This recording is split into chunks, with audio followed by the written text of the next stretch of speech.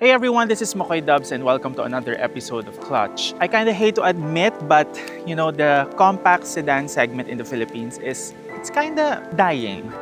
But we have to thank manufacturers like Hyundai who keeps on creating some engaging and enthusiastic cars. So what we have here is the Hyundai Elantra N-Line. Yes, parang siguro bago sa pakinggan nyo yun, ano? N-Line. Ito ba ay related sa Gazoo Racing ng Toyota? Is it related to the RS of Honda or maybe the BMW M Sport? Well, we will discuss that further later on. But what we have here is a very beautiful compact sedan and it looks sporty. So I can't wait to share my sentiments with you. So watch, join, and tara, drive na natin to. Okay, start tayo sa harapan. Simplehan lang natin. For me, it looks sporty and also it exudes a lot of character because bihira ka na makakita ng mga ganitong klaseng design ng sasakyan that is edgy and designed but at the same time eye-catching. Yeah. So first of all, what you've noticed here is the slim daytime running lights. Pero syempre, welcome na welcome din dito ang malaking H logo ng Hyundai. And actually, I like the front lip design na merong a bit of a chrome design here like this, but also yung vents mo malaki din dito because this is a turbocharged engine, so definitely it needs more air, it needs more cooling. Now you have a character line here, goes from here all the way up, and for me I think the overall look of the exterior of the Elantra N-Line, same as the Elantra N and your regular Elantra. It's striking and sophisticated. It's got 18-inch alloy wheels and also kung mapapansin niyo yung center cap niya, hindi Hyundai logo but the N logo. Now, to give you an idea, the N is the performance division of Hyundai Motor Company. So it's also the same with the Type R, it's the same with the GR and AMG of Mercedes or maybe the M division of BMW. Pero pag-uusapan natin yan mamaya. Now, you have also an air vent here that helps with the cooling of the brakes. And actually, ang sarap imaneho ng kotse na to. This is wrapped in Hankook Ventus Prime 3, which is known for having a very sticky, very engaging and responsive tire. And syempre, meron ka ring N-Line badge dito. Wala siyang N-Line badge sa likod pero nilagay na nila dito sa fender and dito sa may harap. For the side mirror, it's glossy black pero syempre mas sporty rin siguro kung ginawa na nilang black din itong roof. But for now, as you can see, it's body color dito sa roof. For me, sportier lang kung ginawa na rin nilang black. Now, the lines are also prominent here, cut by cut. Ganda. Ang gandang tignan. Siyempre, may kwento rin to kung bakit may mga ganitong design yan dito. That's for aerodynamics. Mga ganon. Anyway, let's go to the rear. Now, dito naman sa likod, pag tinignan natin yung tail lamp design, it's also striking and cutting edge. You have a light bar, LED light bar, from left to right. Your turn signal is not LED, it's halogen. Pero one thing you've noticed is meron kang trunk lid spoiler dito. Ganda, no? Looks nice. Pero, mas sporty rin siguro kung ikaw meron kang ganitong klaseng kotse. Gawin mong black tong logo and yung typeface ng Elantra. Tapos siguro lagyan mo ng N-Line badge dito for, added sporty. Parang, naka N-Line Elantra ako. Pwede na, 'di ba? And meron ka rin camera dito. And you just have to press this to open your trunk. And I must say, kita nyo naman, di ba? Literal na literal. Kasi ito ang totoong nangyayari sa totoong buhay. Meron talagang mga gamit na nakalagay sa loob para makita ninyo kung ano yung mga pwede nyong ilagay. Backpack, paper bag, di ba? Oh, like it. Now, what sets apart the Hyundai Elantra N-Line is that it is powered by a 1.6-liter turbocharged engine, GDI or gasoline direct injection. Now, it's very common with turbocharged engines, yung gasoline direct injection or DI direct injection. Now, this produces a healthy 204 PS and 265 Newton meters of torque. It's pretty torquey for a small engine like this. It's very different from the typical engines that you would see on Chinese brands like, 1.5 turbo, but this one, it's 1.6 turbo. Nice, di ba? And take note, 4-cylinder. It's inline 4. Now, for the mechanicals, it looks clean. Ang maganda dito sa engine bay ng Elantra, or Elantra N-Line in particular, is maluwag yung space mo dito. So, it's easy to work on, no? Lalo na sa mga mekaniko, no, pag gagawa sila, madaling kumpunihin. So yeah, 265 Newton meters of torque. Ano kayang feeling nun? Let's find out. Now, nandito na tayo sa loob ng Elantra N, and one thing you've noticed is ang sporty po ng seats. You've got N stitching here and also red stitching. Ang ganda rin ng support ng upuan for the driver. You've got auto-dimming rear view mirror. I appreciate the presence of buttons, like for example dito sa ating infotainment screen. But the difference lang in Korea and also in other markets such as the US, ang infotainment screen mo full. So full screen siya, no, all over. Wala na tong mga pindutan ng seat, track, setup, wala na yon. Pero syempre in the Philippine setting, syempre sometimes to save on costs, kailangan yung spec for the market in the Philippines, kailangan baguhin din to cater to the price point na gusto ng manufacturer. Now, I like na meron pa rin siyang volume knobs dito and also yung tuning knob mo rito. Lots of buttons also here. You've got heated seats. It's not ventilated. I was kind of thinking, sana ventilated because this is a tropical country, so medyo mainit. But, diba, maybe yung spec and the assembly line, eto na yung napag-decide na nila.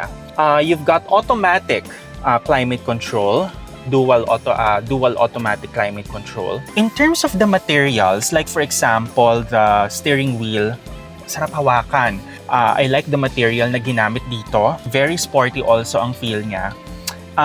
The drive modes, you can choose 4 different drive modes. You've got normal, eco, sport, and smart. Okay, dito yung drive mode niyan. Yun ang kaibahan niya sa regular Elantra. Ang drive mode, dito mo pipiliin sa may cambio banda. Pero sa Elantra N-Line, dito. So pipindutin mo lang na ganyan. Easy to reach. For the adjustment ng manibela mo, it's tilt and telescopic. At pagliliko, ganyan, hindi ganon. Hindi ganyan, hindi ganon. No, prone to injury yan. You've got 2 cup holders as usual. You've got also auto hold brake, electronic parking brake, syempre. Parking sensor, parking camera. Okay, it's not 360. Rear view lang ang makikita mo, by the way. Rear lang ang makikita mo dyan. Yon, it's not 360. Lights mo naman dito, it's yellow. It's not LED. Pero, syempre, to add to the sportiness, black ang iyong roof. Pero alam mo, itong mga ganitong klaseng kotse, practical to eh. Matulin. Pero I guess mag-focus na tayo sa pagdadrive nito. What do you think? Tara! Ngayon, minamaneho na natin itong Elantra N-Line. Una sa lahat, nung nabanggit nga natin kanina na the compact sedan segment is kinda, slowing down. We will drive the Elantra N a few weeks from now. So, okay, eto. Papunta tayo ng Calax ngayon, mag-highway tayo. We will feel this car.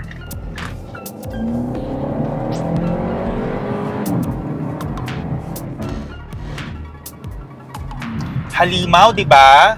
Hindi pa N yan take note. Okay. Bakit nga ba merong Elantra N-Line? Hyundai Motor Company decided to have the N-Line. It's because they want to cater to those enthusiasts na hindi pa kayang ng budget pumunta sa N. So, ang N-Line, it's more of the patikim. Di ba ganun naman eh? Patikim pa lang yan. But wait, there's more. Kung gusto mo nung more, okay, pumunta ka dun sa N. Now, focusing on driving the N-Line, Elantra N-Line, this is really an engaging car. I've been driving this for almost a week and I must say to you guys, ang sarap imaneho ng kotse na to. This is so engaging to drive. This is so responsive. The 1.6-liter turbo, it's really happy. It's really a happy engine. Imagine mo naman, 204 PS and then 265 Newton meters of torque. Masasabi mo bang makupad? Hindi. Matulin siya. Now, the transmission, it's 7-speed DCT and the power is sent to the front wheels. This is a front-wheel drive car. So, syempre, hindi naman to yung parang iwawas-iwas ka ng todo-todo, no? Hindi man to rear-wheel drive.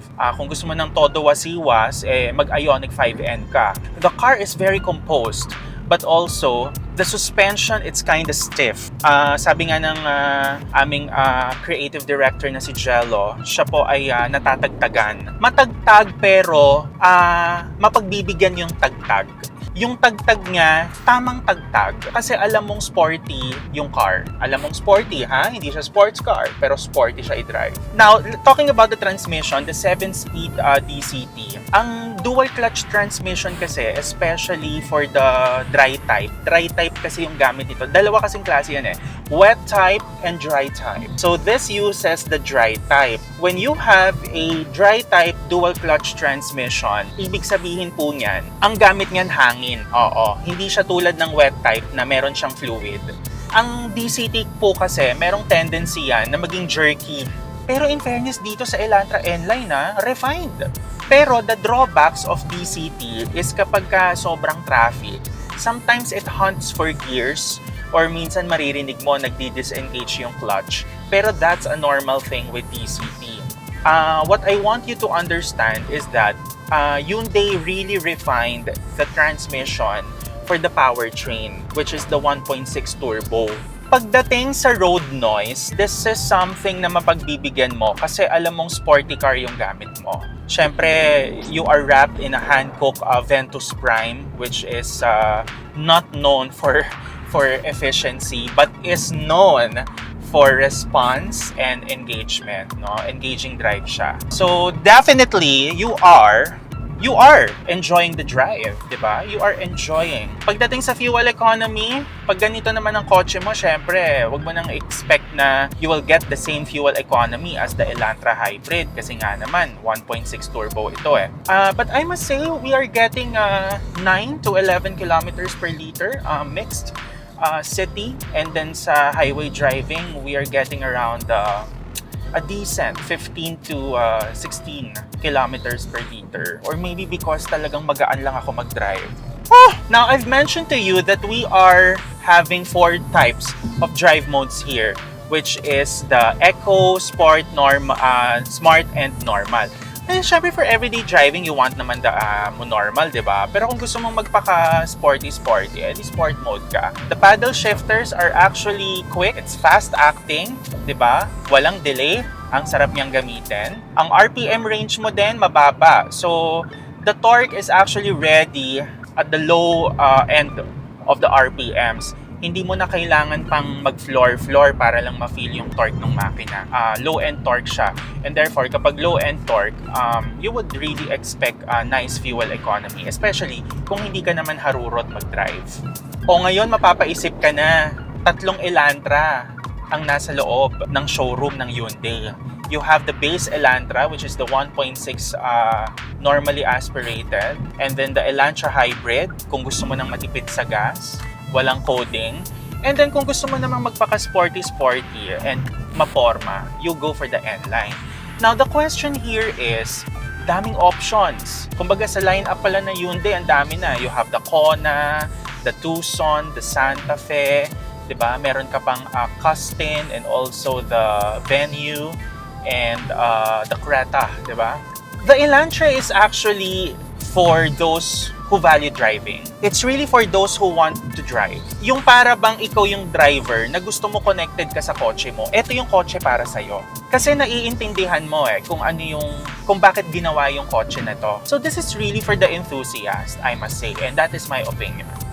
And everyone is entitled to their opinion. Pero kasi kung iisipin mo at the price of 1.7, 1.8 million, pwede ka na mag-crossover diba? Pwede ka nang, kumbaga, konting dagdag na lang, may 7-seater car ka na. Now, the question here is, and to close my statement, ready ka ba? Diba? Ready ka ba na i-drive to everyday na, syempre, the road conditions here in the Philippines, it's not top-notch, diba? May mga lubak tayo here and there, mga rampa natin matataas. I must say, depende sa diskarte, depende sa usage mo. So if you're decided, contemplate, think very well, and call the bank. Hello, banker. Charing. Thank you for watching.